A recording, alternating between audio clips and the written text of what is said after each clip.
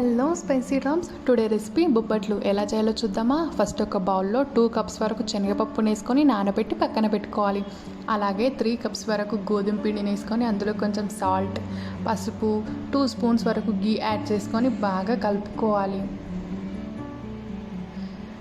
అలా చక్కగా కలుపుకున్నాక దానికి ఇంకొద్దిగా గీ అంటించుకొని మూత పెట్టేసుకొని పక్కన పెట్టేసుకోవాలి. నానబెట్టిన పప్పులో కొద్దిగా గీ, పసుపు వేసి ఇలా ఉడికించుకున్నాక స్టెయినర్లో వేసి ఒక 5 నిమిషాల పాటు ఉంచాక ఇలా మెత్తగా మిక్సీ పట్టుకోవాలి.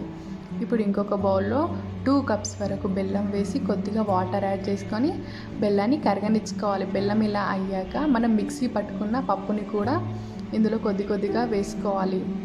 వేసుకొని బాగా కలిసాక ఇందులో ఇంకొంచెం సోంపు యాడ్ చేసుకొని గట్టిగా అవ్వనిచ్చుకోవాలి. ఇలా అయ్యాక చేతికి గీ అంటించుకొని ఉండలు కట్టుకోవాలి.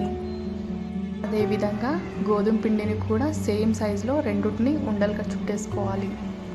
ఇప్పుడు ఒక పేపర్కి గీ అంటించుకొని పిండి వేసుకొని అందులో పూర్ణాన్ని పెట్టుకొని రౌండ్గా చుట్టేసి ఇంకో పేపర్ని పెట్టేసుకొని మొత్తం రౌండ్గా స్ప్రెడ్ చేసుకోవాలి. ఇలా స్ప్రెడ్ చేసుకున్న దాన్ని పక్కన పెట్టేసుకొని ఈ బొబ్బట్లను పిండితో కూడా ఎలా చేయాలో చూద్దాం. ఇలా పప్పు పిండిలో పెట్టేసుకొని ఇలా మంచిగా రౌండ్ షేప్లో పిండి వేస్తూ బాగా స్ప్రెడ్ చేసుకోవాలి. ఇప్పుడు ఒక ప్యాన్లో మనం నెయ్యితో చేసిన బొబ్బట్లను కాల్చుకోవాలి. ఇలా కాల్చుకొని పక్కన పెట్టేసుకున్నాక పిండితో చేసిన వాటిని కూడా గీ వేస్తూ నీట్గా కాల్చుకున్నాక పక్కన పెట్టేసుకుంటే మన వేడివేడి బొబ్బట్లు రెడీ.